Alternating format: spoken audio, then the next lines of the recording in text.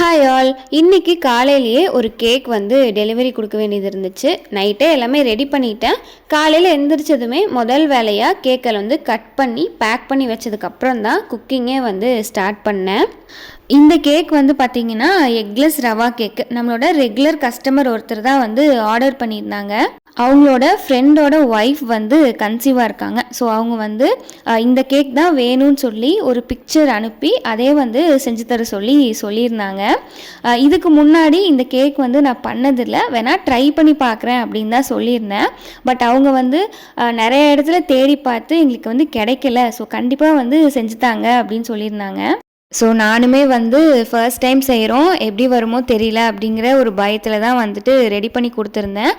But அவங்க சாப்பிட்டு பார்த்துட்டு ரொம்பவே சூப்பராக இருக்குதுன்னு சொல்லி தான் வந்து ரிவ்யூ கொடுத்துருந்தாங்க. ஸோ ரொம்பவே ஹாப்பியாக இருந்துச்சு. அவங்க வந்து எனக்கு கொடுத்த ரிவ்யூவை விட நான் ஃபஸ்ட் டைம் செய்கிறேன், வேணால் ட்ரை பண்ணி பார்க்குறேன்னு சொன்னதுக்கப்புறமும் இல்லை அதெல்லாம் உங்களால் செய்ய முடியும், செஞ்சுத்தாங்கன்னு சொல்லி எனக்கு கான்ஃபிடென்ஸ் கொடுத்து என் மேலே நம்பிக்கையும் வச்சு எனக்கு ஆர்டர் கொடுத்துருந்தாங்க. ஸோ அதை நினச்சி தான் வந்து நான் ரொம்ப ஹாப்பியாக ஃபீல் பண்ணுறேன்.